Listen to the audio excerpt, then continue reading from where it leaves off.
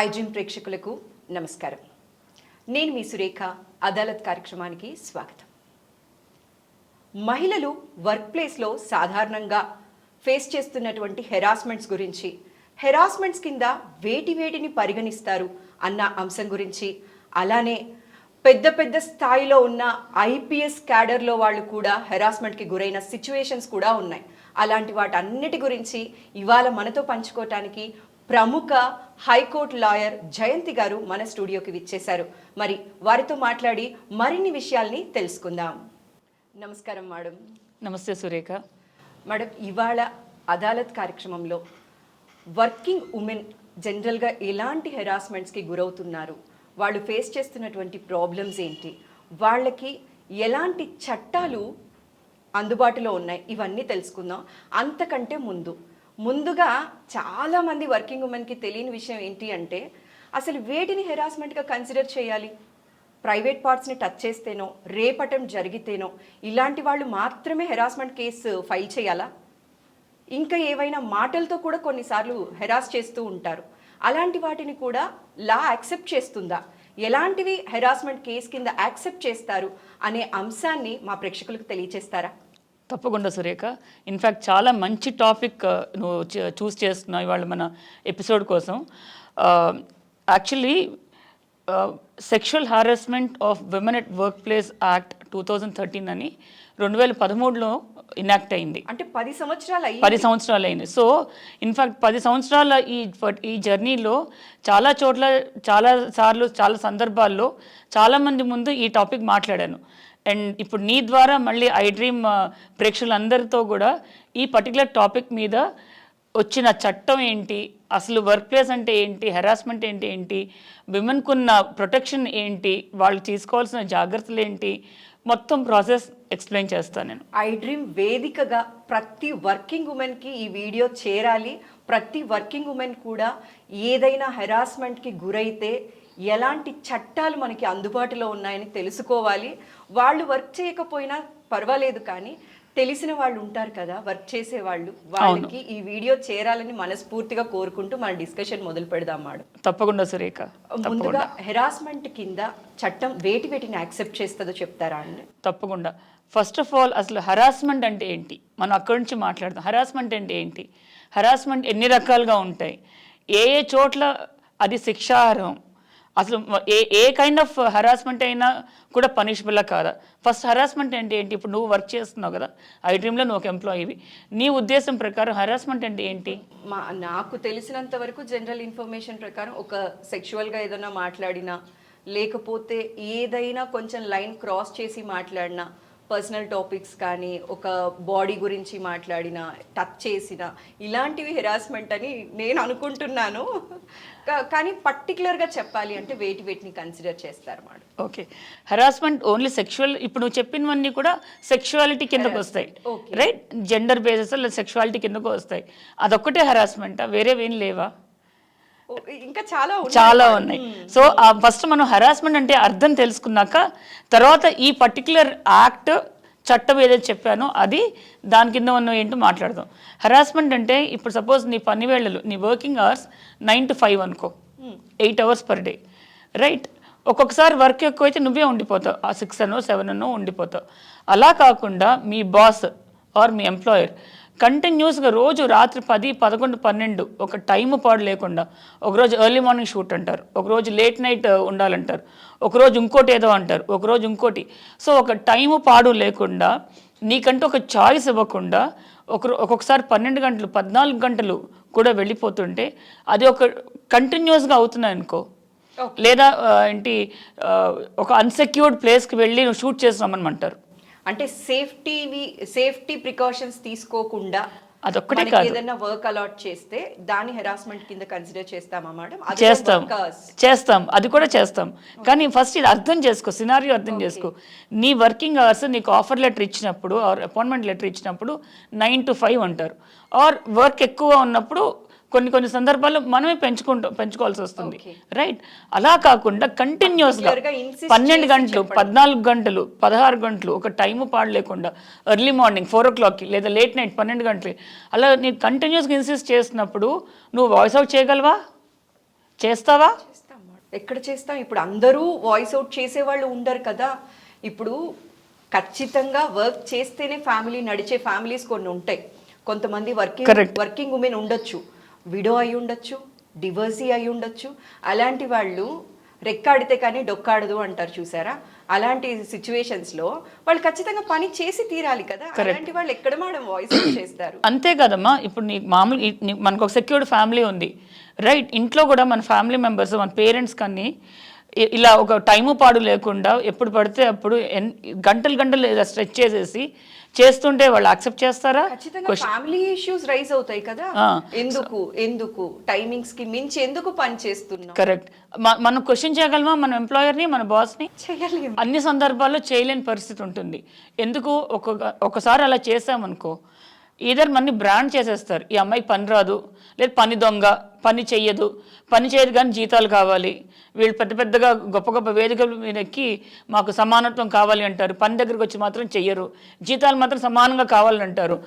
Regular గా చాలా మంది వర్కింగ్ ఉమెన్ ఫేస్ చేసే, అండ్ ఎస్పెషల్లీ మీలాంటి మీడియాలో ఉన్న వాళ్ళకి ఇంకా మగపిల్లలు చూడండి.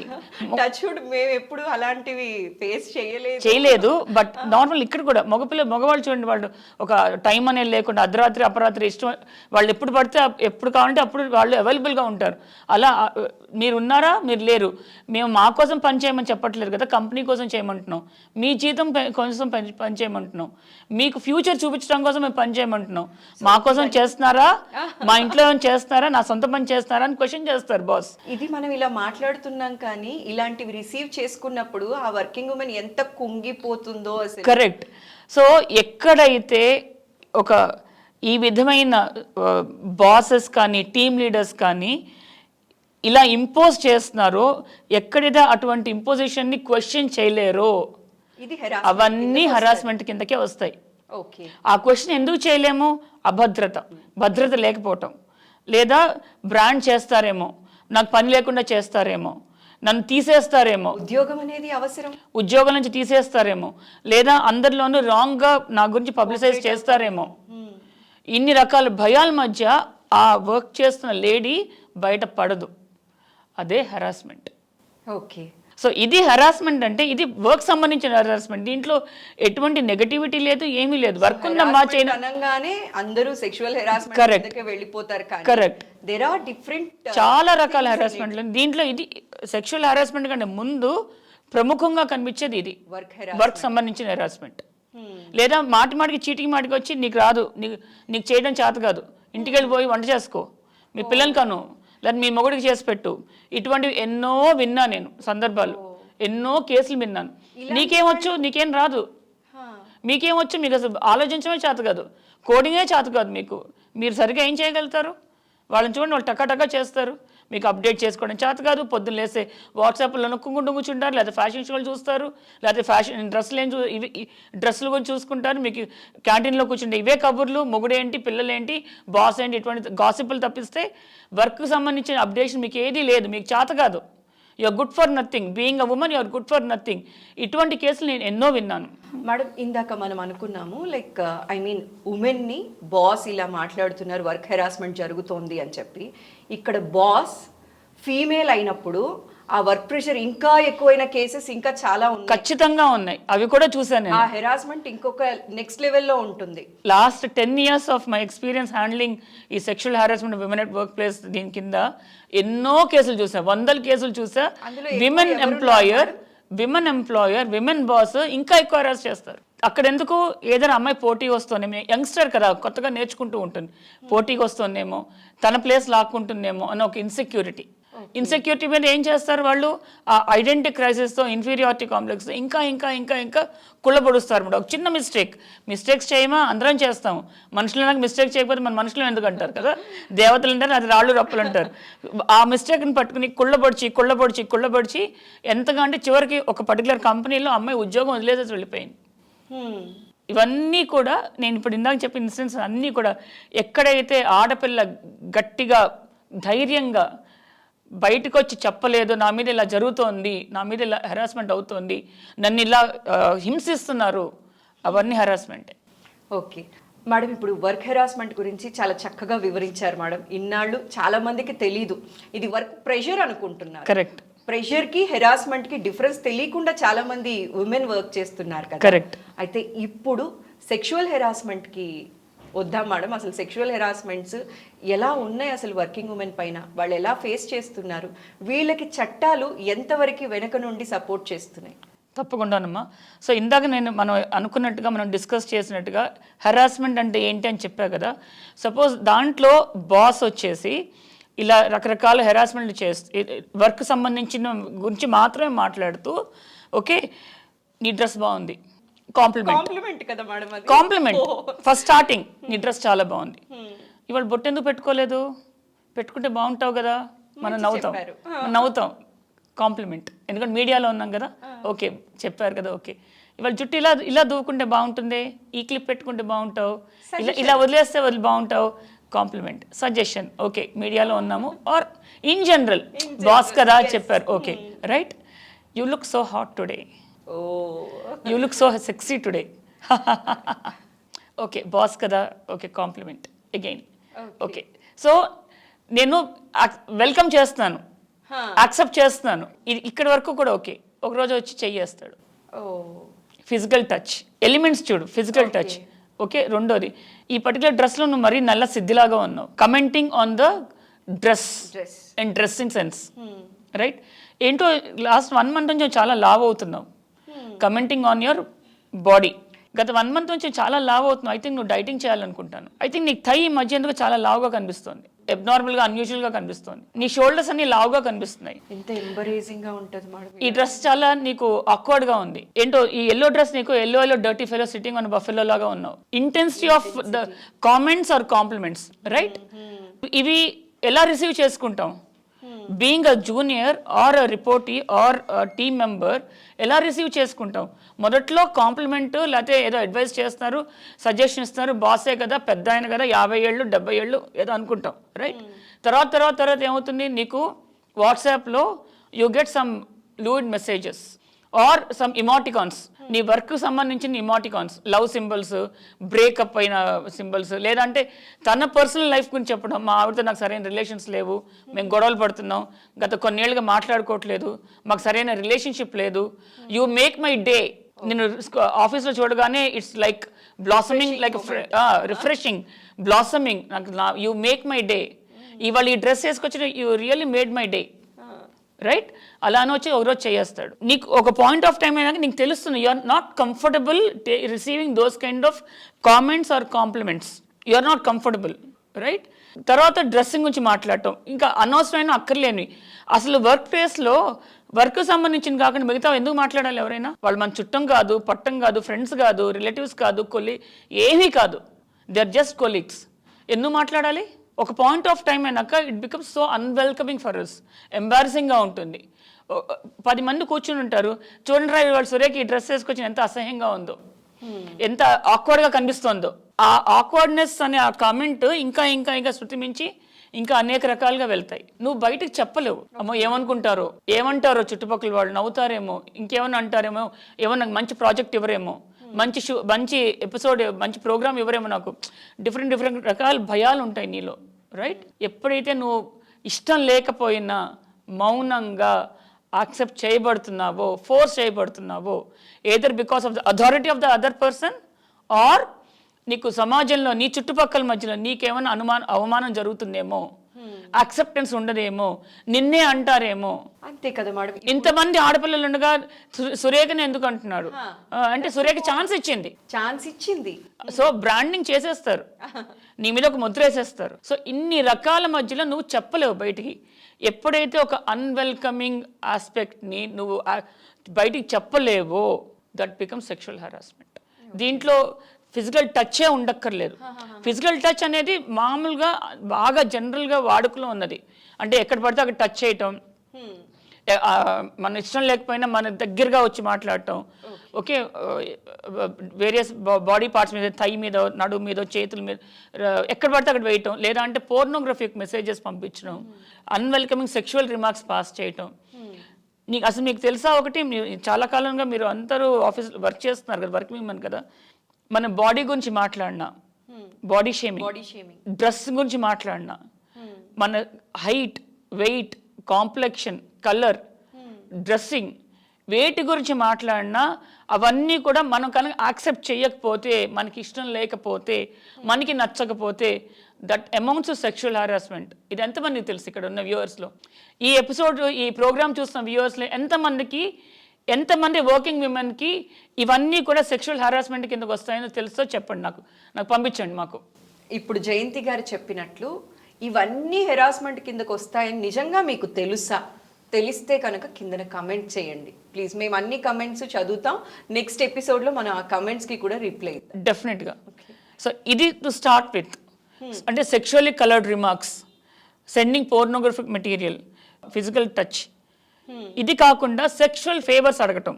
అంటే సురేఖ, మీ బాస్ వచ్చి ఫర్ ఎగ్జాంపుల్ నీ పేరు తీసుకుంటే, ఎందుకంటే అందరికీ తెలుసు కాబట్టి, లేదంటే ఒక ఎక్స్ అని, ఒక వై అని తీసుకుందాం. ఆ అమ్మాయితో ఆ బాస్ అంటారు, మనకి ఇయర్ అండ్ అప్రైజల్ టైం వస్తుంది కదా, నువ్వు నాకు సెక్షువల్ ఫేవర్స్ ఇస్తే నీకు నేను మంచి రేటింగ్ ఇస్తాను, నీకు ప్రమోషన్ ఇస్తాను. This blatantly comes under the definition of sexual harassment. Sexual favours అడగటం. అన్వెల్కమింగ్ సెక్షువల్ రిమార్క్స్, అంటే అన్వెల్కమింగ్ అంటే మీరు యాక్సెప్ట్ చేయడం ఇష్టం లేనివి, యాక్సెప్ట్ చేయనివి, ఇష్టం లేనివి, that's called as unwelcoming sexual remarks or sexually coloured remarks. ఈ రెండు ఒకటే. Asking for sexual favours, sending pornographic material, okay, ఇవన్నీ కూడా సెక్షువల్ హారాస్మెంట్ కిందకి వస్తాయి. సో ఫిజికల్ టచ్ ఉంటేనే సెక్షువల్ హారాస్మెంట్ కాదు. ఇప్పుడు అర్ధరాత్రి 1 గంటకి నీకు ఏదో మెసేజ్ పెడతారు, నార్మల్గా అంటే వర్క్ రిలేటెడ్ పంపించామండి అంటారు. దాంట్లో వర్క్ రిలేటెడ్ ఏమి ఉండదు. ఒక బ్రోకెన్ హార్ట్, 2 హార్ట్లు, లేదా అంటే ఇంకేవో స్మైలీస్ వస్తాయి. I miss you dear, I miss you darling. Darling డియర్లు కొలీగ్స్ అనుకోరు, బాసును రిపోర్ట్ అనుకోరు, టీం మెంబర్ అనుకోరు, రైట్? డియర్లు డార్లింగ్లు ఎవరు అనుకుంటారు? అది వేరే సెగ్మెంట్. అది కొన్నిసార్లు వర్కింగ్ ఉమెన్ అంత చనువు ఇవ్వకపోయినా ఇలాంటివి జరిగిపోతూ ఉంటాయి. ఏం మాట్లాడాలో తెలియక ఒక చిన్న స్మైల్ ఇచ్చి వచ్చింది అనుకోండి, దాన్ని అడ్వాంటేజ్గా తీసుకొని ఇలాంటి మెసేజెస్ వస్తే ఫ్యామిలీలో కూడా డిస్ప్యూట్స్ వచ్చేస్తాయి. ఖచ్చితంగా వచ్చినవి ఉన్నాయి. ఎంతోమంది ఉద్యోగాలు మానేసుకున్న వాళ్ళు ఉన్నారు. ఇంట్లో నీకు ఉద్యోగం వద్దు, సద్యోగం వద్దు, ఆడపిల్ల నోరు మూసుకుని ఇంట్లో పడి ఉండు చాలు, నీకు పెళ్లి చేస్తే మొగుడికి చేసి పెట్టు చాలు అని ఉద్యోగాలు మాన్పించిన కేసులు ఉన్నాయి. ఇంట్లో వాళ్ళు వాళ్ళ అమ్మాయిని డౌట్ చేసిన సందర్భాలు ఉన్న కేసులు ఉన్నాయి, ఒకటి కాదు, ఇక 100 కేసులు ఉన్నాయి. సో మనకి కార్పొరేట్ కల్చర్లో ఎలా ఉంటుందంటే, నన్ను ముట్టుకోక నామాలు కాకిలా ఉన్నా కూడా యాక్సెప్ట్ చేయరు. అమ్మ ఈ అమ్మాయి ఎవరితో మాట్లాడదు, సోషలైజ్ అవ్వదు, ఎలా చేస్తుంది, 10 మందితో మూవాల్సిన అమ్మాయి, చాలా యాటిట్యూడ్, అహంకారం ఎక్కువ, మూవ్ కానప్పుడు చాలా కష్టం ఈ అమ్మాయితో వర్క్ చేయటం. సో ఈ రకమైన బ్రాండింగ్ పడుతుంది. అలా అని స్మైల్ చేయడం తప్పు కాదే, smile is a very natural feeling, అది ఎక్స్ప్రెషన్ కదా. సో నవ్వను కూడా నవ్వకూడదు అంటే, నవ్వుతేనే నన్ను చూసి పడిపోయింది లేదా నాకు ఏదో సిగ్నల్ ఇచ్చింది అనుకుంటే ఎలాగా? వాడు అదే దృష్టితో చూస్తున్నాడు కాబట్టి అదే కనిపిస్తోంది. మీరు అన్నారు మేడం, ఇప్పుడు అన్వెల్కమింగ్ ఇలాంటివి ఏమైనా జరిగితే కనుక మనం హెరాస్మెంట్ కింద ఫైల్ చేయొచ్చు అని చెప్పారు. నేను ఇక్కడ ఒక కేసు ఎక్స్ప్లెయిన్ చేస్తాను. ఇది లైవ్గా యాక్చువల్లీ ఒక కంపెనీలో జరిగిన కేసు, ఇది నేనే హ్యాండిల్ చేశాను. దాంట్లో ఏమైందంటే, బాస్ ఉన్నాడు, తర్వాత టీమ్ మెంబర్స్ ఉన్నారు. సరే వాడేదో ఒక జోక్ చేస్తే ఈ అమ్మాయి మీటింగ్లో ఒక లైటర్ వీన్లో వాడేదో జోక్ చేస్తే ఈ అమ్మాయి నవ్వింది. నవ్వితే ఆ నవ్వును పట్టుకుని వీడు, నీ నవ్వు చాలా బాగుంది, నువ్వు నవ్వుతే చాలా బాగుంటావు, నీకు 4 పళ్ళు బయటకు వస్తే చాలా స్వీట్గా ఉంటావు, నీకు ఇక డింపుల్ పడుతోంది అంటూ ఏవేవో పెట్టాడు. ఇనీషియల్గా ఆ అమ్మాయి లైట్గా తీసుకుంది, బికాస్ బాస్ కదా, ప్రతిదానికి కాన్ఫరెన్స్ చేయలేరు. Thank you sir, thanks for the complement పెట్టాడు. అది తీసుకుని వాడిగా పెట్టడం మొదలెట్టాడు. నువ్వు సరిగ్గా నవ్వలేదు, నీ నవ్వుతే నీ పళ్ళు బయటకు కనిపించలేదు, I'm really disappointed that you did not laugh properly, ఇవాళ నా జోక్స్ నీకు నచ్చలేదా, మనం కాఫీకి వెళ్దాం, అక్కడైతే నీకు ఎక్కువ జోక్స్ ఎక్స్ప్లెయిన్ చేస్తాను, ఇలా. సో అది తర్వాత ఏంటి అంటే, అమ్మాయి నవ్వింది కాబట్టి నేను I thought that she is interested in me అని రివర్స్ లో మొదలెట్టాడు. And I never meant it. నచ్చకపోతే ముందే ఎందుకు చెప్పలేకపోయాం? I never meant it. అబ్బాయి అనే మాట ఐ నెవర్ మెంట్ ఇట్. ఒక్క క్వశ్చన్ ఒకటి మాత్రం బాగా అర్థం చేసుకోవాల్సిన విషయం ఏంటంటే, ఇక్కడ ఆ రెస్పాండెంట్, ఇక్కడ మేము విక్టిమ్ కంప్లైనెంట్ అయితే రెస్పాండెంట్ వచ్చేసి అబ్బాయి. ఈ అబ్బాయి ఏ ఉద్దేశంతో అన్నాడు అనేది మాకు ఇర్రెలవెంట్. ఆ అమ్మాయికి ఎలా రిసీవ్ అయింది, ఇన్ జనరల్ అమ్మాయికి ఎలా రిసీవ్ అయింది, ఆ అమ్మాయి యాక్సెప్ట్ చేసిందా లేదా, రైట్?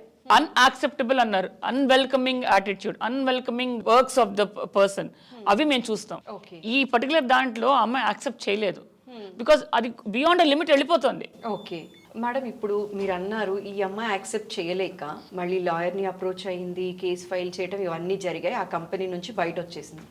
ఈ ఇంపాక్ట్ తను ఇంకొక కొత్త జాబ్ చూసుకునేటప్పుడు పడుతుంది అంటారా? ఖచ్చితంగా పడుతుందమ్మా, ఎందుకంటే అందరూ అలా ఉండకపోవచ్చు, బట్ ఈ డౌట్ ఏదైతే ఉందో, ఆ ఇన్సెక్యూరిటీ ఏదైతే ఉందో ఖచ్చితంగా అది క్యారీ ఫార్వర్డ్ అవుతుంది. ఇన్సెక్యూరిటీ అనేది ఒకవైపు అయితే, ఆ కంపెనీలో ఇలా పెట్టి బయట వచ్చిందట, మనం ఇస్తే రేపు మనకేం వస్తుందో, మనకేం అంటుకుంటుందో అని భయపడేవి కూడా ఉంటాయి కదా మేడం? అవును, ఖచ్చితంగా ఉంటాయి, డౌటే లేదు. అండ్ వీళ్ళు ఒక కంపెనీ నుంచి ఇంకో కంపెనీకి వెళ్ళినప్పుడు వాళ్ళు బ్యాక్గ్రౌండ్ వెరిఫికేషన్ చేస్తారు. కొత్త కంపెనీ వాళ్ళు పాత కంపెనీ వాళ్ళు బ్యాక్గ్రౌండ్ వెరిఫికేషన్ చేసుకుంటారు. అంటే అమ్మాయి కాండక్ట్ ఏంటి, లేదా ఒక క్యాండిడేట్ కాండక్ట్ ఏంటి, పర్ఫార్మెన్స్ ఏంటి, ఇవన్నీ అడుగుతారు. దాంట్లో ఈ కారణాలు కూడా బయటకు వచ్చాయంటే ఇక్కడ కూడా అమ్మాయికి హెల్లే ఉంటుంది. అక్కడ మంచి హెల్దీ వాతావరణం అంటూ ఉండదు, డౌట్ఫుల్గా చూస్తుంటారు. అమ్మో ఈ అమ్మాయితో మాట్లాడితే ఏంటి, దగ్గరికి వెళ్తే ఏముంటుందో, అంతే తప్పిస్తే యాక్చువల్గా వెనకాల ఏం జరిగినా ఎవరికి అక్కర్లేదు. సో ఇక్కడ ఎంప్లాయర్ స్ట్రాంగ్ గా ఉండాలి, ఎంప్లాయర్ స్ట్రాంగ్ గా ఉండాలి, సిస్టమ్స్ స్ట్రాంగ్ గా ఉండాలి. ఇందాక మనం అనుకున్నట్టుగా హరాస్మెంట్ వచ్చినప్పుడు ఎంప్లాయర్ చేయవలసింది ఏంటి అని ఒక క్వశ్చన్ అడిగావు, రైట్? సి హరాస్మెంట్ ఎటువంటి ఆర్గనైజేషన్ అయినా కూడా బాధాకరమే. ఎందుకంటే మనకి సమాన ఉద్యోగ అవకాశాలు ఉన్నాయి, సమాన హక్కులు ఉన్నాయి. As women we have equal rights in doing work. అది మన కాన్స్టిట్యూషన్ ఇచ్చిన ప్రాథమిక హక్కు, ఫండమెంటల్ రైట్. సో అలా ఇచ్చినప్పుడు మనం ఎక్కడైతే వెళ్ళి పని చేస్తామో వర్క్ ప్లేస్, అది ఎప్పుడు కూడా సేఫ్ అండ్ సెక్యూర్ గా ఉండాలి. సేఫ్టీను సెక్యూరిటీ లేనప్పుడు మనం ఎలా వెళ్ళి వర్క్ చేయగలుగుతాం? మేడం, ఇప్పుడు మీరు హెరాస్మెంట్స్ గురించి చాలా క్లియర్గా చెప్పారు. అయితే ఈ హెరాస్మెంట్స్కి ఉన్న యాక్ట్స్ గురించి కూడా చెప్పగలరా? తప్పకుండా. హరాస్మెంట్ పర్సే అది క్రైమ్ అమ్మా. ఏ రకమైన వేధింపులైనా, లైంగిక వేధింపులే కాదు, హెరాస్మెంట్ ఏదైనా కూడా అది it's a crime. So crime అన్నప్పుడు వెంటనే అది మన IPC, Indian penal code, police స్టేషన్కి వెళ్ళి కంప్లైంట్ చేయడం ఇవన్నీ ఉంటాయి. కానీ దీంట్లో ఒక స్పెషల్ ఇనాక్ట్మెంట్ వచ్చింది, అదే పని చేసే చోట ఏ విధమైన ప్రొటెక్షన్ ఉండాలి, దానికి సంబంధించే sexual harassment of women at work place act 2013. ఇది సెంట్రల్ యాక్ట్ ఇది. సో 2013లో ఇది ఎనాక్ట్ అయింది. 10 ఏళ్ళు అయిపోయింది. 10 ఏళ్ళు అయిపోయింది. ఇప్పటికీ చాలా మంది వర్కింగ్ ఉమెన్ కి తెలియదు. కరెక్ట్. సో ఈ యాక్ట్ కింద ఏమన్నారంటే, నీకు యాక్ట్ పేరు బట్టే తెలిసిపోతుంది, women always the victim, right? So ఈ విక్టిమ్స్ అవుతున్న విమెన్ ని వర్క్ ప్లేస్ లో ప్రొటెక్ట్ చేయాలి. ఎవరు ప్రొటెక్ట్ చేయాలి? ఎంప్లాయర్ ప్రొటెక్ట్ చేయాలి. ఎంప్లాయర్ నుంచి ప్రాబ్లం ఉంటే ఒక కమిటీయో. ఎందుకు ప్రొటెక్ట్ చేయాలి? ఎంప్లాయర్ ప్రొటెక్ట్ చేయాలంటే కరెక్ట్. ఎందుకు? ఇక్కడ వర్క్ చేస్తున్నప్పుడు they should take the responsibility of the employee, right? తీసుకుంటున్నాం కదా, మంచి జాబ్ ఇచ్చాము, డిజిగ్నేషన్ ఇచ్చాము, శాలరీ ఇస్తున్నాము, అవేర్నెస్ ఇస్తున్నాము, ట్రైనింగ్ ఇస్తున్నాము, లోకజ్ఞానం నేర్పుతున్నాము, నీకు 10 మంది అన్నీ నేర్పుతున్నాం. కానీ ఎంప్లాయీని ప్రొటెక్ట్ చేయవలసిన అవసరం కూడా ఎందుకు ఉండాలి? ఎంప్లాయర్కి వాళ్ళు జాగ్రత్తగా ఉండాలి, మేము ఏం చేస్తాం. ఎందుకంటే నువ్వు చెప్పిన ఆన్సర్ కరెక్ట్, ఎంప్లాయర్ కేర్ తీసుకోవాలి. ఎందుకంటే ఈ వర్క్ ప్లేస్ అనేది ఎంప్లాయర్ సంబంధించినది. So work place belongs to the employer. Dear viewers, please understand this. Workplace always belong to the employer. So it's employer's responsibility to ensure that tana workplace is a safe and secured workplace to enable all the employees to come and work. Okay. ఇక్కడ gender ఏం లేదు, irrespect of the gender, men, women, third gender, transgender, LGBTQ అందరికీ కూడా ఒక safe and secure working environment ఇవ్వవలసిన బాధ్యత ఎంప్లాయర్ది. ఇది మోరల్ రెస్పాన్సిబిలిటీయో ఎథికల్ రెస్పాన్సిబిలిటీ కాదు, but this is a statutory responsibility. ఇందాక అన్నట్టుగా వర్క్ ప్లేస్ ఎప్పుడు కూడా ఎంప్లాయర్దే. మనం ఇవాళ ఇక్కడ ఉంటాం, రేపు యూఎస్ వెళ్ళిపోతాం, ఇంకో చోటికి మారిపోతాం. సో వర్క్ ప్లేస్ ఎప్పుడు ఎంప్లాయీది కాదు, ఎంప్లాయర్దే. అయితే ఇప్పుడు మనం చూసినట్లయితే ఎంప్లాయర్స్ కానీ కార్పొరేట్ కంపెనీస్ కానీ మ్యారథాన్స్ చేస్తున్నారు, సోషల్ ఈవెంట్స్ చేస్తున్నారు, ఇక కల్చర్ని ప్రమోట్ చేస్తూ చాలా ఈవెంట్స్ చేస్తున్నారు, ఎంటర్టైన్మెంట్ ఈవెంట్స్ కావచ్చు, ఇలా స్కోప్ ఉన్నవి చాలా చేస్తున్నారు. ఒక వర్క్ షాప్ లాంటివి కండక్ట్ చేసి వర్క్ ప్లేస్లో ఉమెన్ ఫేస్ చేస్తున్నటువంటి హెరాస్మెంట్స్ గురించి, ఉన్న యాక్ట్ గురించి ఒక లాయర్ని తీసుకొచ్చి ఒక చిన్న వర్క్ షాప్ లాంటివి కండక్ట్ చేసి అందరిలో అవేర్నెస్ తీసుకొస్తే కూడా బాగుంటుంది కదా. చాలా బాగుంటుంది. ఇది బాగుంటుంది ఒకటే కాదమ్మా, again this is a statutory responsibility. ఇది చట్టపరమైన బాధ్యత ఎంప్లాయర్ మీద. కొన్ని ఐటీ కంపెనీస్ ఆల్రెడీ స్టార్ట్ చేశాయి. సో ఇక్కడ ఏంటంటే యాక్ట్ ఏం చెప్తుందంటే, ఇందాక అన్నట్టుగా ఎంప్లాయర్ బాధ్యత అని చెప్పాను కదా. సో తన వర్క్ ప్లేస్లోకి వచ్చే ఏ విమెన్ అయినా సరే, ఎంప్లాయీ ఉండక్కర్లా, ఎవరైనా సరే, కన్సల్టెంట్స్ అవ్వచ్చు, హౌస్ కీపింగ్ అవ్వచ్చు, బయట వాళ్ళు పని ఉండి వచ్చిన వాళ్ళు ఉంటారు, రైట్, వాళ్ళు అవ్వచ్చు. ఇప్పుడు నేను మీ స్టూడియోకి వచ్చాను, సేఫ్టీ సెక్యూరిటీ ప్రొవైడ్ చేయాల్సింది ఐడ్రీమ్ యాజమాన్యం బాధ్యత, రైట్. నేనే మీకు ఏ రకంగానూ సంబంధం లేదు, ఒక షూట్ చేయడానికి వచ్చాను. నువ్వు ఎంప్లాయీవి, నీకు ప్రొవైడ్ చేయాలి ప్రొటెక్షన్, నాకు ప్రొవైడ్ చేయాలి. సో ఎవరు ప్రొవైడ్ చేయాలి? ఎంప్లాయర్. ఎందుకు లేదండి, ఇలా నేను వచ్చి ఎలా మాట్లాడగలుగుతాను? ఇక్కడ ఎన్వైరన్మెంట్ సరిగా లేదనుకో, ప్రొటెక్టివ్ ఎన్వైరన్మెంట్ లేదు, సెక్యూర్ ఎన్వైరన్మెంట్ లేదు, ఇంతసేపు ఇన్ని గంటలు నేను ఎలా వచ్చి మాట్లాడగలుగుతా? నువ్వెలా వచ్చి వర్క్ చేస్తావు? రైట్. సో ఎవరైనా సరే, ఎనీ లేడీ ఒక వర్క్ ప్లేస్కి వస్తే ఆ వర్క్ ప్లేస్ సేఫ్ అండ్ సెక్యూర్గా ఉన్నది అని ఎన్ష్యూర్ చేయవలసిన బాధ్యత ఆ పర్టికులర్ ఎంప్లాయర్ది. Okay, right, first point. Second point వచ్చేసి ఎలా ఎన్ష్యూర్ చేయాలి, దాని మొడాలిటీస్ ఏంటి, ప్రాసెస్ ఏంటి. సో యాక్ట్ ఏం చెప్తుందంటే it's 3-fold act: prevention, prohibition, redressal. అంటే ప్రివెన్షన్, ఏ రకమైన సెక్షువల్ హెరాస్మెంట్ జరగకుండా జాగ్రత్తలు తీసుకోవాలి, ముందస్తు జాగ్రత్తలు, మేము ప్రోయాక్టివ్ మెషర్స్ అంటాం. దాంట్లో ప్రివెన్షన్ అంటే నువ్వు అవేర్నెస్ క్రియేట్ చేయి. ఎలా తీసుకుంటావు అంటే ముందు అవేర్నెస్ క్రియేట్ చేయి, ఇవి చేయొచ్చు, ఇవి చేయకూడదు, డూస్ అండ్ డోంట్స్ అంటాం. మీ ఎంప్లాయీస్కి అందరికీ అవేర్నెస్ క్రియేట్ చేయండి, ఈ చట్టం గురించి చెప్పండి, హెరాస్మెంట్ ఎంత బాధాకరమైన చెప్పండి, హెరాస్మెంట్ చేస్తే దానికి పడే శిక్షల గురించి మాట్లాడండి, ఏం చేయొచ్చు, ఏం చేయకూడదు, ఇవన్నీ ఎక్స్ప్లెయిన్ చేయండి మీ ఎంప్లాయీస్కి. ఆ విధంగా మీరు ప్రివెంట్ చేయండి, రైట్. నెక్స్ట్ ప్రొహిబిట్, మీకు ఒక పాలసీ క్రియేట్ చేసుకోండి, 0 tolerance policy against any kind of harassment. అది పెట్టండి. ఎవరైనా అతిక్రమిస్తే, ఎవరైనా వైలేట్ చేస్తే వాళ్ళకి అడిక్వేట్ పనిష్మెంట్స్ ఉండాలి. ఒక పాలసీ క్రియేట్ చేసుకోండి, అందరికీ తెలిసేట్టుగా పెట్టండి, అన్ని చోట్ల బ్యానర్స్ ఉండాలి, పాంప్లెట్స్ లాగా అంటించాలి, అన్ని కాన్స్పిక్యూస్ ప్లేసెస్లో పెట్టాలి. సో ఏమని, ఈ కంపెనీ మా ఆర్గనైజేషన్లో ఎటువంటి హెరాస్మెంట్, మోస్ట్ సెక్షువల్ హెరాస్మెంట్ని యాక్సెప్ట్ చేయము, టాలరేట్ చేయము, అలా చేసిన వాళ్ళు శిక్షార్హులు, పనిష్మెంట్ ఉంటుంది అని క్లియర్గా పెట్టాలి. అన్ని చోట్ల కాన్స్పిక్యూస్ ప్లేసెస్ నోటీస్ బోర్డులో పెట్టాలి. ఈ 2 ప్రోయాక్టివ్ మెషర్స్ అంటే జరగకుండా ముందే తీసుకునే జాగ్రత్తలు. ఇవన్నీ అయినా కూడా దరిద్రం జరిగింది, ఇన్సిడెంట్ అయ్యింది, అప్పుడు ఆ బాధితురాలు ఎక్కడికి వెళ్ళాలి? అలా వెళ్ళటానికి కూడా ఎంప్లాయరే ఎన్ష్యూర్ చేయాలి. దానికి ఒక కమిటీ కాన్స్టిట్యూట్ చేయాలి. ఆ కమిటీ పేరు ఇంటర్నల్ కంప్లైంట్స్ కమిటీ. ఇప్పుడు ఇంటర్నల్ కంప్లైంట్స్ కమిటీలో వీళ్ళు ఎవరైతే హెరాస్ చేశారో వాళ్ళు కుమ్మక్కైపోయారు అనుకోండి, అప్పుడు న్యాయం జరుగుతుందా మేడం విక్టిమ్కి? ఖచ్చితంగా జరగదు. ఆ కమిటీ కూడా ఎలా ఉండాలంటే, కమిటీలో ఫస్ట్ చైర్పర్సన్ అనే ఒక ఉండాలి. చైర్పర్సన్ ఎప్పుడు కూడా మీ కంపెనీలో ఉన్న సీనియర్ మోస్ట్ విమెన్ ఎంప్లాయీ. అంతేకాకుండా ఆ అమ్మాయికి, ఆ లేడీకి విమెన్ రిలేటెడ్ ఇష్యూస్ మీద చాలా నాలెడ్జ్ ఉండాలి, పరిజ్ఞానం ఉండాలి, హ్యాండిల్ చేసే విధానం తెలియాలి. ఎవరైనా విక్టిమ్, ఒక బాధితురాలు వచ్చి కేసు చెప్పుకున్నప్పుడు, కంప్లైంట్ చెప్పినప్పుడు వినగలిగే శక్తి ఉండాలి. ముందే జడ్జిమెంటల్ కాకూడదు. ఇవాళ రోజున ఎలా ఉంది తెలుసా సురేఖ, సొసైటీలో మనం వచ్చే కంప్లైంట్ చేసామనుకో, నువ్వేం తప్పు చేసావు, నీ వైపు తప్పేంటి? ఇంతవరకు అబ్బాయి చాలా సంవత్సరాలుగా అబ్బాయి నాకు తెలుసు, నువ్వేం చేయకుండా అబ్బాయి నుంచి రాదే, అసలు ఒక్క బ్లాక్ రికార్డ్ కూడా లేదు, బ్లాక్ మార్క్ లేదు, ఇంతమంది అమ్మాయిలు ఉన్నారు, నువ్వు ఒక్కదానివే కాదు కదా, నిన్నే ఎందుకన్నాడు అంటే ప్రాబ్లం నీలో కూడా ఉండాలి. రెండు చేతులు తగులుతేనే కదా చప్పట్లు మోగేది, వాడే కాదు నువ్వు కూడా చేసి ఉంటావు. సో ఈ కైండ్ ఆఫ్ జడ్జిమెంటల్ కాకూడదు. చైర్పర్సన్ అంత బ్యాలెన్స్ ఉన్న లేడీయే చైర్పర్సన్గా నామినేట్ అవ్వాలి. తర్వాత మీ కంపెనీలోంచి 2 ఎంప్లాయీస్ని మెంబర్స్గా యాడ్ చేస్తారు. 4th వచ్చేసి ఎక్స్టర్నల్ మెంబర్. మళ్ళీ ఎక్స్టర్నల్ మెంబర్ కూడా either person with legal knowledge or NGO. మళ్ళీ వీళ్ళు కూడా విమెన్ రిలేటెడ్ ఇష్యూస్ మీద కంప్లీట్గా అవగాహన ఉన్న వాళ్ళు ఉండాలి. అన్నింటికన్నా ముఖ్యమైనది ఎంపతి సురేఖ. ఎంపతి అనేది చాలా ఉండాలి. అంటే ఒక కేసు వచ్చినప్పుడు, కంప్లైంట్ వచ్చినప్పుడు ముందే జడ్జిమెంటల్ కాకూడదు, మొత్తం కేసు అంతా వినాలి. అసలు ఇంకో విషయం తెలుసా, ఈ కమిటీకి ఒక సివిల్ కోర్టుకు ఉన్న అన్ని పవర్స్ ఉన్నాయి. This is a quasi judicial body. ఒక సివిల్ కోర్టుకి ఏవైతే పవర్స్ ఉన్నాయో, మామూలు రెగ్యులర్ మీరు కోర్ట్స్కి వెళ్తే ఒక సివిల్ కోర్టుకి అయితే ఏవైతే పవర్స్ ఉన్నాయో అన్ని పవర్స్ ఈ పర్టికులర్ కమిటీకి కూడా ఉన్నాయి. అంత పవర్ఫుల్ ఇది. సో నువ్వు అన్నట్టుగా ఇందాక కుమ్ముకు అయ్యేందుకు ఛాన్సెస్ ఉన్నాయి కదా అని, ఖచ్చితంగా ఉంటాయి. అందుకనే ఎక్స్టర్నల్ మెంబర్ తీసుకొచ్చి పెడతారు. రెండోది ఏంటంటే, అలా కుమ్ముకు అయిపోయారు అనుకో, ఆ రిపోర్ట్ ఖచ్చితంగా ఈ అమ్మాయికి అగేన్స్ట్గా వస్తుంది. అవును, రైట్. అది అప్రదిష్ట ఎవరికి? ఎంప్లాయర్కే. నార్మల్గా on the scale of 10, 8 to 9 cases genuine గానే ఉంటాయి పాపం. అసలు 100 కేసులు అవుతుంటే బయటకు వచ్చే 10లోనే ఉన్నాయి. అవును. వందలు కూడా వేల కేసుల్లో మనకి బయటకు వస్తున్న కేసులు 10, 100లోనే ఉన్నాయి. మిగతా 900 బయటికి రావట్లా. పాపం వీళ్ళు ఎంతో బాధతో బయటకు వస్తారు. బయటకు వచ్చి ధైర్యంతో చెప్పుకున్నారంటేనే వాళ్ళు మనం ఎంత ధైర్యం నమ్మకం ఇచ్చుంటే వాళ్ళు బయటకు వస్తున్నారు. బయటికి రాకుండా ఆగిపోయిన వాళ్ళు ఇంకెందరో చాలా ఉన్నాయి కేసులు.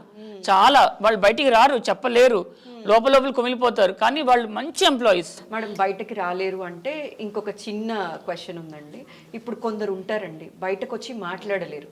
సపోజ్ ఇప్పుడు నేను చదువుకున్నప్పుడు మాకు కాలేజ్లో ఒక హెరాస్మెంట్ జరిగింది. ఆ అమ్మాయి విలేజ్ నుంచి వచ్చింది, లైక్ ఎక్స్ప్రెస్ చేయలేకపోయింది. బట్ మేమందరూ కలిసి కూడా ఒక డెసిషన్ తీసుకోవాలి అనుకున్నాము.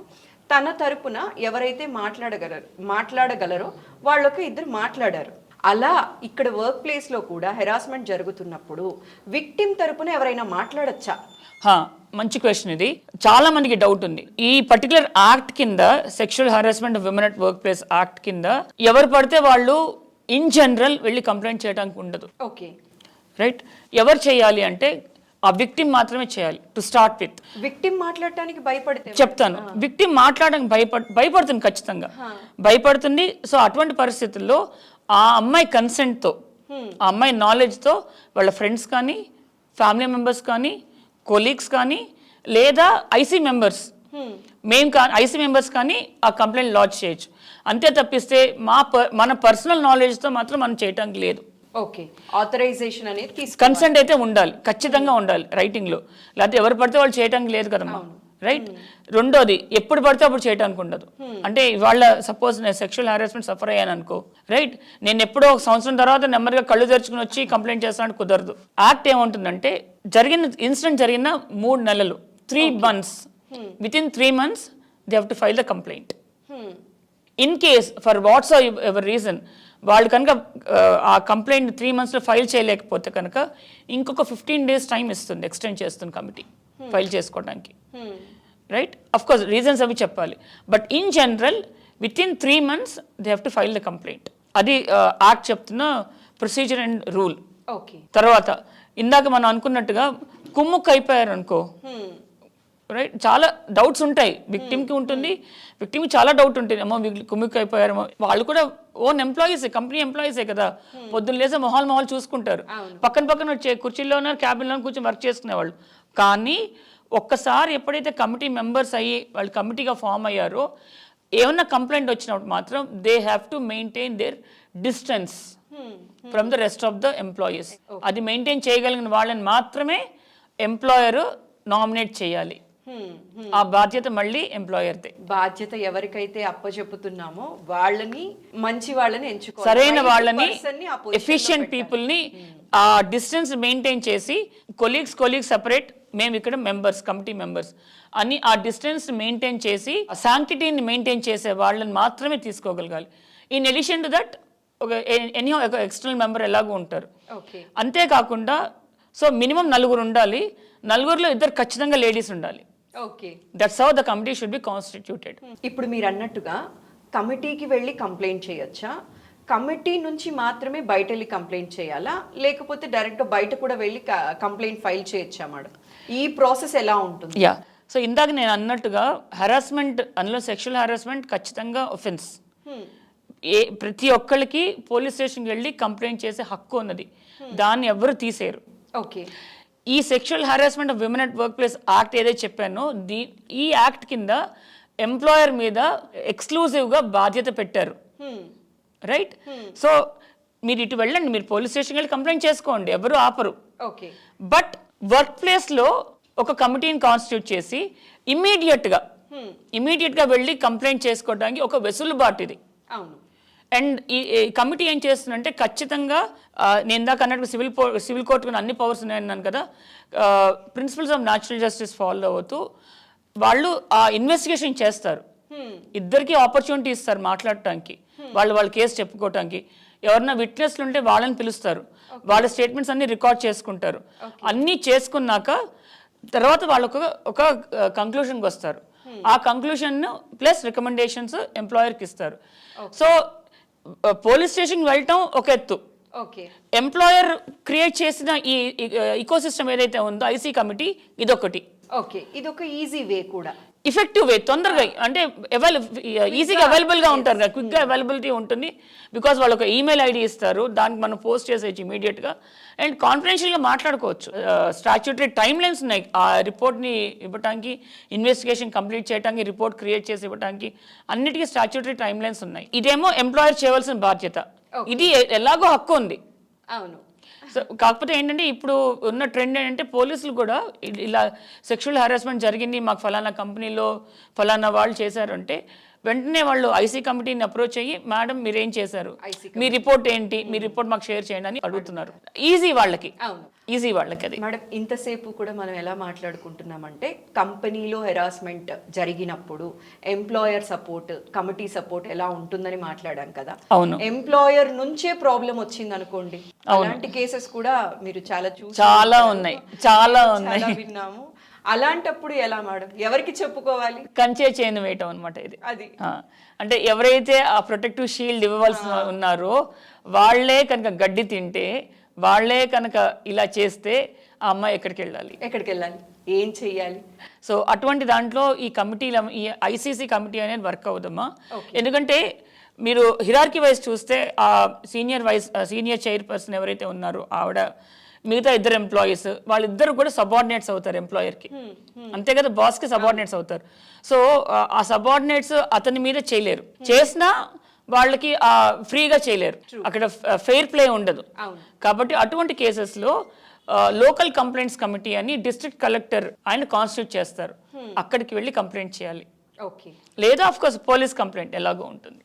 మేడం ఇప్పుడు మీరు అన్నారు ప్రతి కంపెనీలో కూడా ఐసీ కమిటీ అనేది మ్యాండేటరీ అని చెప్పి, అయితే ప్రతి కంపెనీలో ఈ ఐసీ కమిటీ మెంబర్స్ ఉన్నారా మేడం? అసలు కమిటీ ఫామ్ చేసున్నారా? ఇప్పుడు బాగా అవేర్నెస్ వస్తుందమ్మా, లాస్ట్ 1-2 years నుంచి బాగా అవేర్నెస్ పెరిగింది. ఇంత ముందు ప్రాబ్లీ ఒక 100 కంపెనీస్ తీసుకుంటే దాదాపు 10-20 కంపెనీల్లోనే ఉండేవి, అది కూడా పేరుకు మాత్రమే. ఇది ఐసీ కమిటీ అనేది చాయిసా లేకపోతే మ్యాండేటరీయా మేడం? మ్యాండేటరీ, స్టాట్యూటరీ మ్యాండేట్, అది చాయిస్ ఏం లేదు.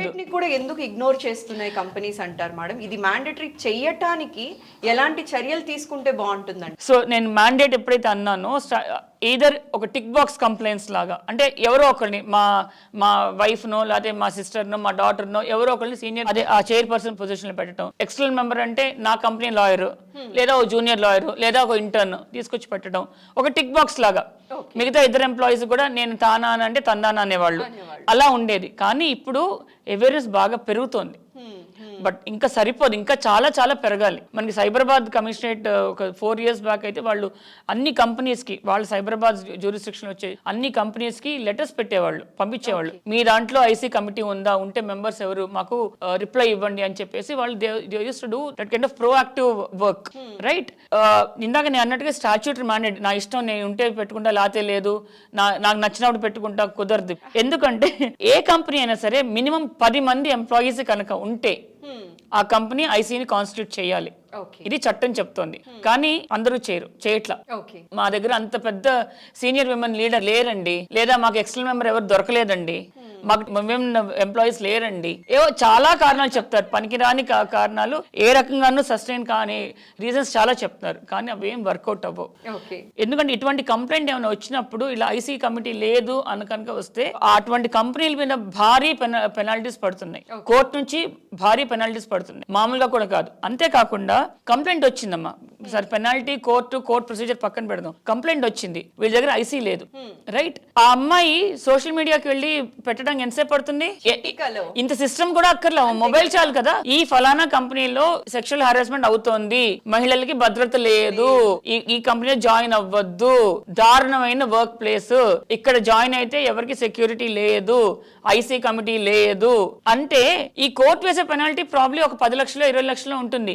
కానీ ఇక్కడ జరిగే బ్రాండ్ రెప్యుటేషన్ డ్యామేజ్, దాని కాస్ట్ ఏంటి? ఐసీ కమిటీ అనేది ఉంటే ఎంప్లాయర్ కి చాలా మంచిది, చాలా చాలా చాలా ప్రొటెక్ట్ అవుతాడు అట్లీస్ట్. ఎందుకంటే ఫస్ట్ కంప్లైంట్ రాగానే వాళ్ళకి సిస్టమ్ ఉందని చూపిస్తున్నాడు, నా work place safe and secure అని కాకుండా నాకు సిస్టమ్ ఉంది, నేను అన్ని మెషర్స్ తీసుకున్నాను, బట్ స్టిల్ ఎవడో వెధవ చేస్తుంటాడు, నా దగ్గర కమిటీ ఉంది, మీరు వెళ్ళండి, అప్రోచ్ అవ్వండి, కంప్లైంట్ ఫైల్ చేయండి, వాళ్ళు చూస్తారు, వాళ్ళు ఒక డెసిషన్ కి వస్తారు, ఆ రిపోర్ట్ ఇస్తారు, రికమెండేషన్ మేము అబాయిడ్ అవుతాం. ఇంకోటి చెప్పిన సురేఖ, ఈ కమిటీ ఒక రిపోర్ట్ ఇచ్చింది అనుకో, రికమెండేషన్స్ ఇస్తుంది, వీటిని సస్పెండ్ చేయండి అనో, లేకపోతే ట్రాన్స్ఫర్ చేయండి అనో, లేకపోతే ఉద్యోగం నుంచి తీసేయండి అనో, లేకపోతే పెనాల్టీ వేయండి అనో, ఆ రికమెండేషన్ ఏదైతే ఉందో అది ఎంప్లాయర్ మీద ఖచ్చితంగా బైండింగ్. వాళ్ళు క్వశ్చన్ చేయడానికి లేదు, ఎందుకు తీసేయాలి, వీడు చాలా వాల్యుబుల్ రిసోర్స్, నాకు నేను ఎందుకు ట్రాన్స్ఫర్ చేయాలి, లేదు నాకు ప్రాజెక్ట్ ఇబ్బంది అవుతుంది, ఇక్కడ ఎఫెక్ట్ అవుతుంది, లేదా క్లయింట్ దగ్గర గొడవ వస్తుంది, ఇటువంటి రీజన్స్ ఇచ్చే క్వశ్చనే లేదు. లేదా మీరు మళ్ళీ రీకన్సిడర్ చేయండి అంటానికి కూడా లేదు. ఒక రికమెండేషన్ అంటూ వెళ్ళినాక అది ఎంప్లాయర్ మీద ఫైనల్, కంప్లీట్ గా బైండింగ్. అంత సీరియస్నెస్. పెనాల్టీ ఇందాక అన్నాను కదా, అది కాకుండా స్టాట్యూటరీగా government can cancel the licence, business licence of the company. ఈ ఐసీ కమిటీని కాన్స్టిట్యూట్ చేయకపోయినా, sexual harassment of women at work place act ని అవాయిడ్ కాకపోయినా, దాని కింద వాళ్ళు చేయవలసిన డూస్ అండ్ డోంట్స్ చేయకపోయినా, ఇంక్లూడింగ్ క్రియేటింగ్ అవేర్నెస్ ఏవి చేయకపోయినా, it can go to the extent of cancellation of business license. And I strongly wish ఈ వీడియో చూసిన తర్వాత ఐసీ కమిటీ లేని వాళ్ళందరూ కూడా ఖచ్చితంగా ఫామ్ చేసుకోవాలి, అవేర్నెస్ క్రియేట్ చేసుకోవాలి, పాలసీని రాసుకోవాలి, అది అందరికీ తెలిసేట్టుగా, ఎంప్లాయీస్ అందరికీ తెలిసేట్టుగా అవేర్నెస్ క్రియేట్ చేయాలి, వర్క్ షాప్స్, సెమినార్స్ ఇటువంటివన్నీ కండక్ట్ చేసి ఎంప్లాయీస్ కి మోర్ అండ్ మోర్ అవేర్నెస్ ఇవ్వాలి. ఇంత చేయాల్సి ఉంటుంది ఎంప్లాయర్. విన్నారు కదండి, అసలు ఎంప్లాయర్స్ కి కూడా ఐసీ కమిటీ ఫామ్ చేయడం అనేది చాలా ఇంపార్టెంట్. ఖచ్చితంగా ఎవరైనా ఐసీ కమిటీ ఫామ్ చేయని వాళ్ళు కూడా ఇమ్మీడియట్ గా అది ఫామ్ చేయాలని మనస్ఫూర్తిగా కోరుకుంటూ జయంతి గారితో నెక్స్ట్ టాపిక్ లోకి వెళ్దాం. మేడం, మీరు ఇందాక ఒక మాట అన్నారు, ఇప్పుడు వర్క్ ప్లేస్లో ఎంప్లాయర్కి కమిటీ లేదు, అలాంటప్పుడు డైరెక్ట్ వెళ్ళిపోతారు, సోషల్ మీడియాలో పోస్ట్ చేసేస్తారు అన్నారు. సోషల్ మీడియా సంగతికి వచ్చేసరికి ఆథరైజ్డ్ ఛానల్స్ కొన్ని ఉన్నాయి, రెస్పాన్సిబుల్ ఛానల్స్. ఇప్పుడు మన ఐ డ్రీమ్ తీసుకున్నట్టయితే మనం ఏదైనా విక్టిమ్ తరపు మాట్లాడితే విక్టిమ్ కి న్యాయం జరగాలని పోరాడతాం, లా గురించి తెలుసుకుంటాం, అన్ని తెలుసుకున్న తరువాతనే ఏది టెలికాస్ట్ చేయాలి, ఏది చేయకూడదు, అన్ని ఫిల్టర్స్ వేసిన తరువాత విక్టిమ్ కి ఎఫెక్ట్ కాకుండా ముందుకు అప్రోచ్ అవుతూ ఉంటాం.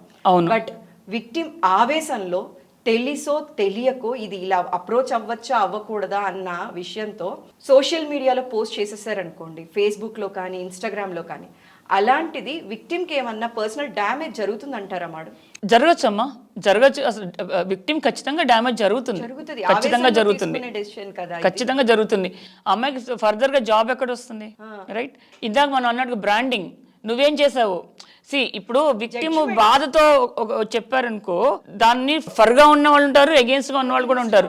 ఎందుకు రీసెంట్ గా almost 1.5 months back, 1 month back ఒక బ్యూటీ పార్లర్లో, ఒక స్పా సెంటర్ ఇక్కడే చుట్టుపక్కల ఎక్కడో స్పా సెంటర్లో అమ్మాయి బయటకు వచ్చి తన మీద ఇలా సెక్షువల్గా జరుగుతోంది, వాళ్ళు కూడని పనులు చేయిస్తున్నారు అని చెప్పేసి ఒకటేదో పెట్టింది. దాని మీద వచ్చిన కామెంట్స్ కానీ, దాని మీద చేసిన వీడియోస్ కానీ, దాని మీద జరిగిన ఇంటర్వ్యూలు కానీ అతి ఘోరంగా ఉన్నాయి. అంటే ఇప్పుడు ఏమైపోయిందంటే మేడం, సోషల్ మీడియాలో మొబైల్ ఉన్న ప్రతి ఒక్కళ్ళు రికార్డ్ చేయడం, పోస్ట్ చేయడం. అవును, అది ఆథరైజ్డా కాదా, దాని వెనకనున్న నిజాలు ఏంటి, అక్కర్లేదు. అసలు ఒక జర్నలిస్ట్ మాట్లాడాల్సిన అవసరం లేదు, ఎథిక్స్ అవసరం లేదు, ప్రిన్సిపల్స్ అవసరం లేదు, ఏం అవసరం లేదు. మొబైల్ ఉందా, తీసామా, పోస్ట్ చేసామా, వ్యూస్ వచ్చాయా, చాలు. మేమే జడ్జిమెంట్ కూడా ఇచ్చేస్తాం. ఆ కిందన కమెంట్స్ సగం ఇన్ఫర్మేషన్, కరెక్ట్, అరాకొరా ఇన్ఫర్మేషన్ అని అంటారు చూసారు. ఆ ఇన్ఫర్మేషన్ తో ఒక ఇన్సిడెంట్ ని పోస్ట్ చేస్తారు. పోస్ట్ చేసిన తర్వాత అది పర్సనల్ గా విక్టిమ్ కి ఆల్రెడీ ప్రాబ్లం ఫేస్ చేస్తుంటది. ఆ ప్రాబ్లం కి ఇది యాడ్ ఆన్ అవుతుంది. కరెక్ట్. మీరు మంచి చేయకపోగా చెడు చేస్తున్నారు. కరెక్ట్. ప్రాపగాండా చేసే వాళ్ళ పైన మనం ఏమైనా యాక్షన్ తీసుకోవచ్చు అంటారా మేడం? విక్టిమ్ కేసు రైజ్ చేయొచ్చా? కేసు ఎంతమంది మీద రైజ్ చేస్తుంది? సో విక్టిమ్ అనేది ఫస్ట్ సిస్టమ్ ని అప్రోచ్ అవడం బెస్ట్. సిస్టమ్ లో ఫెయిల్ అయినప్పుడు, సిస్టమ్ లో తనకి న్యాయం జరగలేదు అనుకున్నప్పుడు, దెన్ ఇప్పుడు ఐసీ కమిటీ ఫస్ట్ ఎంప్లాయర్ అని చెప్పాం, రైట్? ఎంప్లాయర్ దగ్గర ఐసీ ఉండాలన్నాం, ఐసీ దగ్గరికి వెళ్ళాలి, ఐసీలో కంప్లైంట్ చేయాలి. ఆ కంప్లైంట్ వాళ్ళు ఐసీకి కూడా టైం లైన్స్ ఉన్నాయి.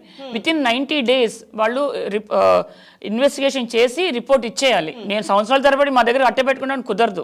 90 days లో చేసి ఇచ్చేసేయాలి. ఆ రిపోర్ట్ తో if the victim is not happy, తను కోర్టుకు వెళ్ళొచ్చు, అంతే, కోర్టుకు వెళ్ళొచ్చు. లేదా మీరు ప్యారల్ గా పోలీస్ కంప్లైంట్ వెళ్ళి కూడా ఇవ్వచ్చు, దాన్ని ఎవరు ఆపరు. పోలీస్ కంప్లైంట్ అనేది ప్రాథమిక హక్కు. అంటే ప్రతి ఒక్కళ్ళు ఇలాంటి హెరాస్మెంట్ ఫేస్ చేసినప్పుడు తెలుసుకోవాల్సింది ఏంటి అంటే, నేను అసలు హెరాస్మెంట్ కేసు ఫైల్ చేయొచ్చా చేయకూడదా అని ఆలోచించకుండా నాలాంటి వాళ్ళు చాలా మంది ఫేస్ చేశారు. ఇవాళ నేను ఆగిపోకూడదు, నేను ముందుకెళ్తే కనీసం నాతో పాటు ఉన్న కొలీగ్స్ సేవ్ అవుతారు, నెక్స్ట్ జాగ్రత్త పడతారు అన్న దాంతో ముందడుగు వేయటం అనేది చాలా చాలా రావడం అనేది ఇంపార్టెంట్, చాలా ఇంపార్టెంట్. అంతేకాకుండా వీళ్ళకి సిస్టమ్ నిలబడాలమ్మా. చట్టం చాలా స్ట్రాంగ్ గా ఉంది, డౌటే లేదు. కోర్ట్స్ నిలబడుతున్నాయి, కానీ సిస్టమ్ నిలబడట్లా. ఇప్పుడు సిస్టంలో సోషల్ మీడియా కూడా ఉంది, ఎల్లో జర్నలిజం ఉంది. అసలు ఇంటర్వ్యూ చేసిన లేడీ అసలు అడిగిన క్వశ్చన్స్ దారుణం. విక్టిమ్ కి అసలు వచ్చే క్వశ్చన్స్ ఇక ఘోరాతి ఘోరం. ఇందుకు భయపడే సగం విక్టిమ్స్ బయట రావట్లేదు. ఏం క్వశ్చన్స్ అడుగుతారు, ఎగ్జాక్ట్లీ కరెక్ట్, ఎక్కువ ఉండిపోతుంది బుర్రలో. సో కోర్ట్స్ ఖచ్చితంగా న్యాయం చేస్తాయి, రైట్? ఈవెన్ ఐసీ న్యాయం చేస్తుంది, ఈ రెండు పోలీసులు న్యాయం చేస్తారు. ఇక్కడ ఎక్కడ జరిగినప్పుడు పోలీసులు న్యాయం చేస్తారంటే ఇంటరప్ట్ చేసినందుకు క్షమించాలి, చెప్పండి. ఈ మధ్య కొన్ని నెలల క్రితం తమిళనాడులో ఒక కేసు జరిగిందండి. అవును, ఒక ఐపీఎస్ ఆఫీసర్, ఆ క్యాడర్ లో ఉన్న ఒక వ్యక్తి, ఒక మహిళ హరాస్మెంట్ కి గురయ్యింది. అవును, అది కూడా ఎవరో కాదు, ఎక్స్-డీజీపీ అన్నారు. అవునమ్మా, నేను చదివాను. కేసు కూడా పడింది మేడం. అసలు ఆ కేసు తీసుకున్నట్లయితే అది పెద్దగా ఎక్కడా కూడా బయటకి రాలేదు. ఆవిడ కూడా చాలా ఛాలెంజెస్ ఫేస్ చేశారు అన్నారు. కరెక్ట్. ఈ కేసు ఫైల్ చేయడానికి, బయట రావటానికి ఆవిడకి చాలా థ్రెటనింగ్స్ జరిగాయి అన్నారు. ఇది నిజమేనా మేడం? ఆవిడ థ్రెటనింగ్స్ అన్ని ఫేస్ చేశారా, లేకపోతే కేసు పెట్టంగానే అది మూవ్ అయిందా? లేదమ్మా, మీడియా రిపోర్ట్స్ ప్రకారం ఒక సీనియర్ ఐపీఎస్ ఆఫీసర్ మీద సెక్షువల్ హారాస్మెంట్ జరిగింది. ఆ లేడీ ఎవరైతే విక్టిమ్ ఉన్నారో, she was a senior IPS officer. చేసిన హరాస్మెంట్ కంప్లైంట్ ఎవరి మీద ఫైల్ అయిందో ఆయన కూడా సీనియర్ ఐపీఎస్ ఆఫీసర్. ఈ వాజ్ ఎక్స్-డీజీపీ ఆఫ్ తమిళనాడు. అయితే ఆవిడ వెంటనే యాక్షన్ తీసుకుంది. తను ఏదో ఒక ఎలక్షన్ క్యాంపెయినింగ్ కి సెక్యూరిటీ కోసం వెళ్ళి, బందోబస్తు చేయడానికి వెళ్ళి వస్తున్న టైంలో జరిగిన ఇన్సిడెంట్. ఆవిడ మళ్ళీ చెన్నై వచ్చే లోపు ఆవిడ she could file the complaint, launch the complaint through WhatsApp. కాకపోతే ఆవిడ్ని చాలా చోట్ల అడ్డగించారట. As per the complaint, as per the media reports, as per the complaint, ఆవిడ్ని చాలా చోట్ల ఆవిడ ఓన్ కొలీగ్స్, తన ఓన్ సిస్టంలో ఉన్న కొలీగ్స్, సీనియర్ ఆఫీసర్స్ అడ్డగించడం, థ్రెటన్ చేయటం, ఫైల్ చేయొద్దు అని ప్రెషరైజ్ చేయడం, ఇవన్నీ జరిగాయి. కానీ she was able to file the complaint. అవునా? అవును. అంటే తన కంప్లైంట్ డీజీపీకి వెళ్ళింది, ఎక్కడ కేక్ వాక్ జరగలేదు. It was never a cake walk for her, it was not a bed of roses. తను కష్టపడింది, తను నిలబడింది. ప్రెషర్స్ ఉన్నాయి, థ్రెట్ ఉంది, అన్యూ ఇన్ఫ్లుయెన్సెస్ ఉన్నాయి, కొయర్షన్ ఉంది, అన్నీ ఉన్నాయి. Still she was able to stand. ఇవాళ రోజున కోర్ట్స్ నిలబడ్డాయి. అవునా? కాబట్టిగా అతనికి పనిష్మెంట్ పడింది. ఏ కేసునైనా రెండు కోణాల్లో చూడొచ్చు మేడం. నాణానికి రెండు వైపులు, రెండు వైపుల నుంచి చూడొచ్చు. ఇప్పుడు ఐపీఎస్ ఆఫీసర్ కే ఇలాంటి తిప్పలు తప్పలేదు అనుకున్నారనుకోండి, ఇది ఒక వింగ్.